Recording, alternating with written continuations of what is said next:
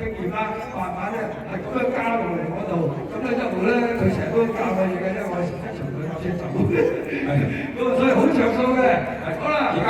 交俾我大會嘅嘉賓咧係賓尼先生，嚟個評多隊先好唔好？好，呢啲掌聲先啦，攞過喎，賓尼。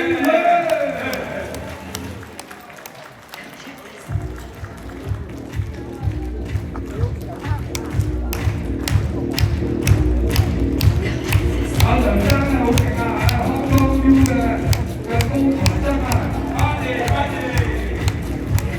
喺幾有嚟貴啊！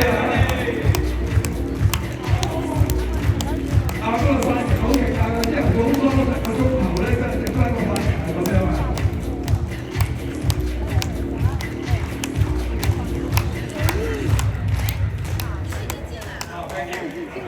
！Thank you very much. Ladies and gentlemen，多謝大家。我係呢個香港人咧，就今年咧係一個香港畢業嘅一個叫做曾經做過啲電腦嘅生意啦，就賣咗生意之後咧就轉入咗呢個行業咧。咁咧就呢個以前就接觸呢個生意，就經過一個互聯網認識咗我哋個老闆，咁咧就介紹咗呢個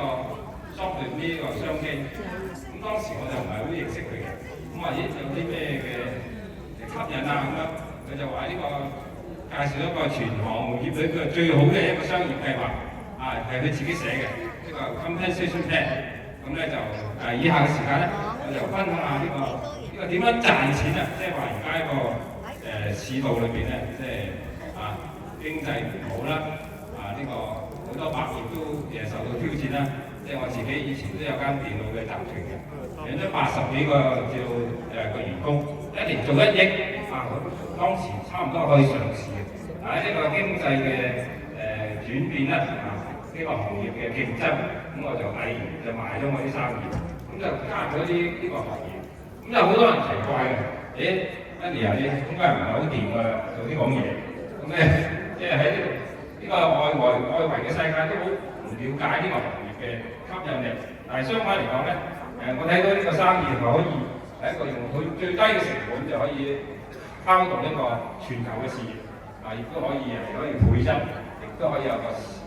長期嘅收入嘅。咁我哋睇睇呢個 Software.me， 我加入咗之後就開始了解到佢個制度嘅優勝，可以投資幾千蚊，但係每日都可以賺到過千嘅歐羅。我亦都好開心，而家我個有啲團隊咧已經每日咧都收1000零2000蚊嘅歐羅收入，咁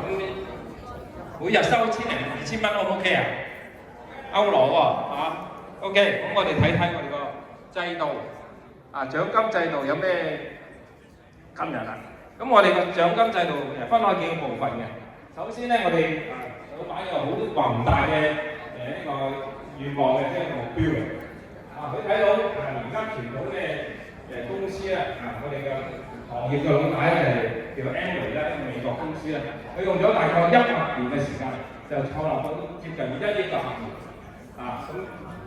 因為你就 customer is king， 客戶就係皇帝，係嘛？好啦，咁而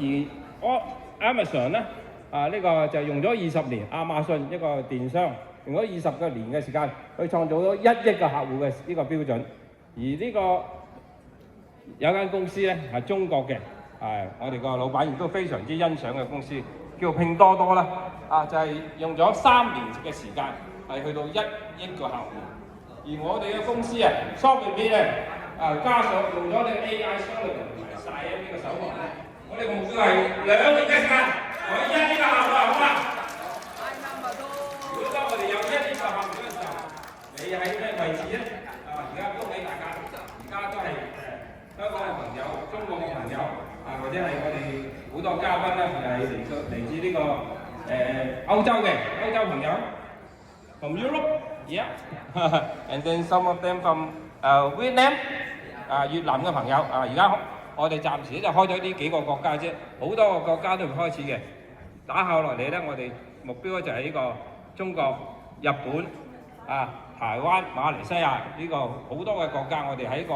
我哋叫C0喺個最頂層一個初創嘅開始，始創嘅開始。好啦，咁我哋呢個分紅制度就分咗兩大 part 嘅。我哋嘅第一個收入咧就係來自於咧，我哋一個網店連鎖嘅生意嚟嘅。我哋不同於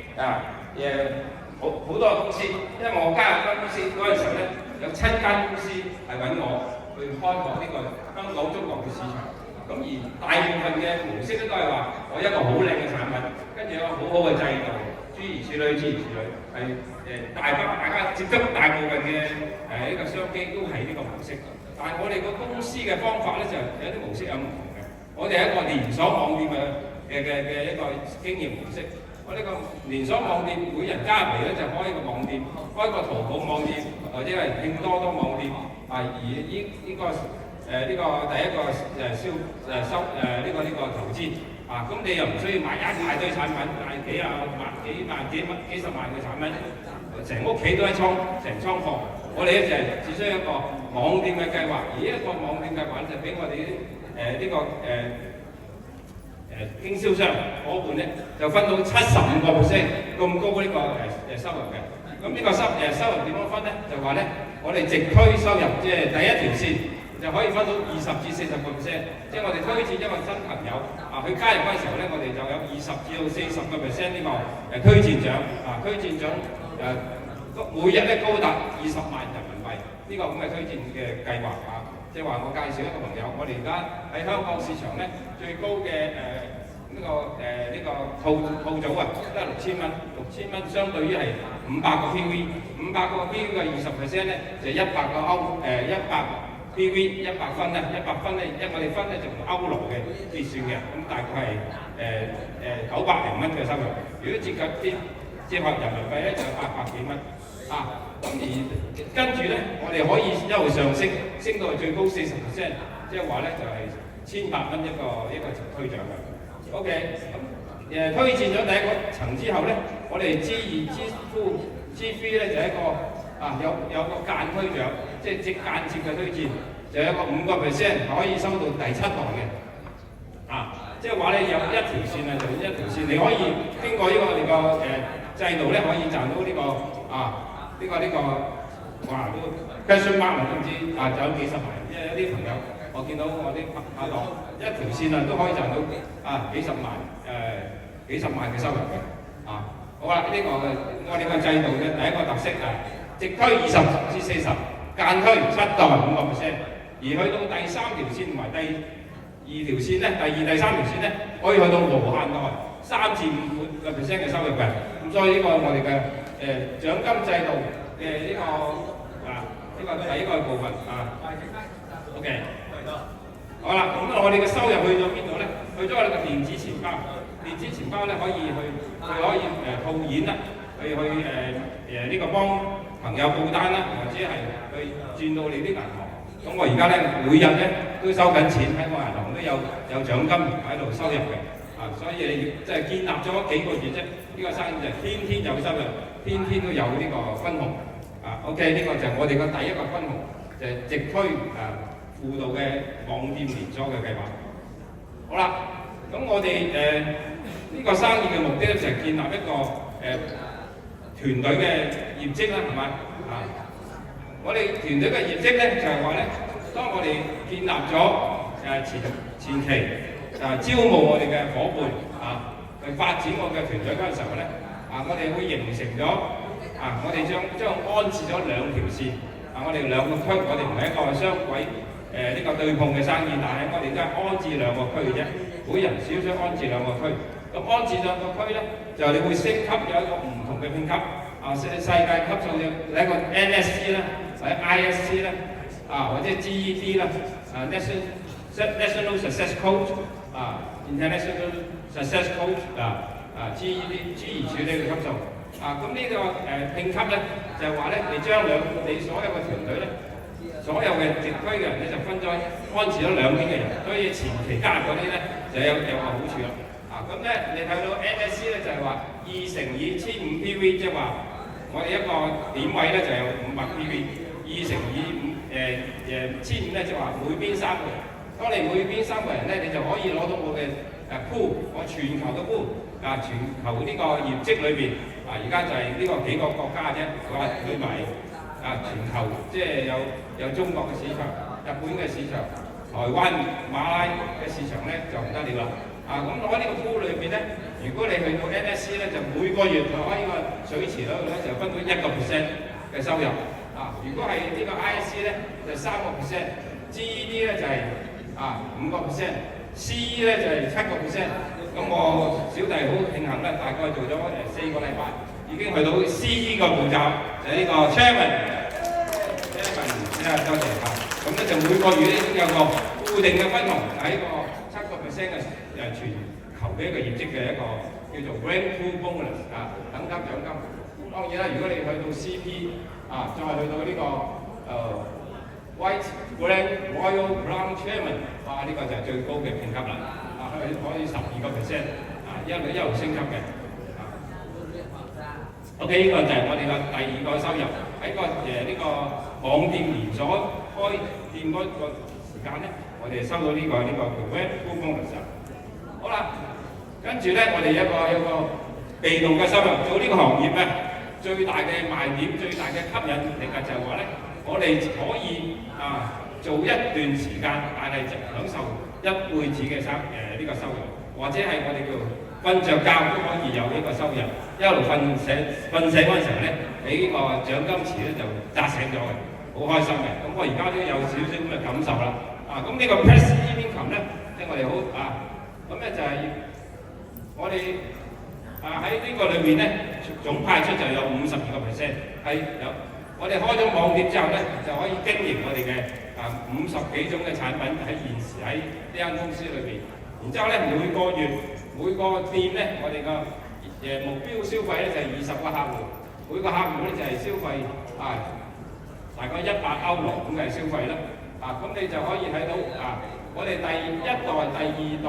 第3代應該係講層啦就2個人、4個人、6個人、8個人。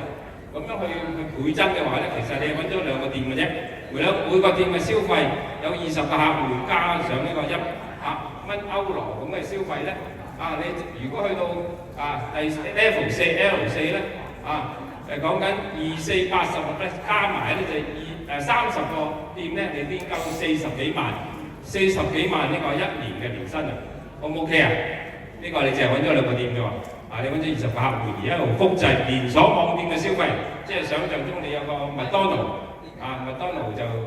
啲消費而家唔使麥當勞要過百萬嘅，麥雪冰城好嘛？麥雪冰城嘅間嘅呢個連鎖門檻低啲咁但係麥雪冰你如果係一個總呢個連鎖嘅店嘅呢個收入係咪好正啊？唔係淨係一個店嘅收入。呢個連鎖店去到30個店咧，你就可以有40幾萬一年；去到100個level 6有100個店加埋咧，就有140萬呢個年收入。如果你一路勤力，一路倍增，一路發展，一路複製嗰陣時候咧，去到 level 10嗰陣時候咧，哇！我哋有1024，1加到1024咧，加埋有2000個店，每個店有200個20個客戶咧。我哋嘅收入咧，我哋統計過咧就過千萬嘅，呢個過千萬一年嘅收入呢個我哋叫 passive income 當然咧話我揾20幾個客唔容易喎，我又唔識講產品，或者我又有咁多技術咁樣唔係個個都好似我個好拍檔陳先嗰個Dr. Paul 陳先佢講咗精彩講呢個 real life。Dr. Paul 我有個好嘅夥伴，我哋啟動嗰陣時候咧，喺香港乜都冇嗰陣時候咧，冇寫字樓，冇公司冇員工嗰陣時候咧，我都係用咗吳教授嗰個地方就係我哋啟動嘅，由0到1，我哋就打下咗一個好好嘅業績。跟住咧，我哋公司咧喺香港咧就係2個月嘅時間，已經建立一個咁嘅基礎，搞到一個咁嘅年會啦。好我哋俾啲掌聲我哋個老闆。當然有啲咁好嘅設備，咁好嘅一個好嘅夥伴咧OK， 咁如果當你睇到一個叫被動收入，係你嘅收入來源係唔係來自於你自己嘅努力，你自己嘅少少嘅努力，每個店係揾到20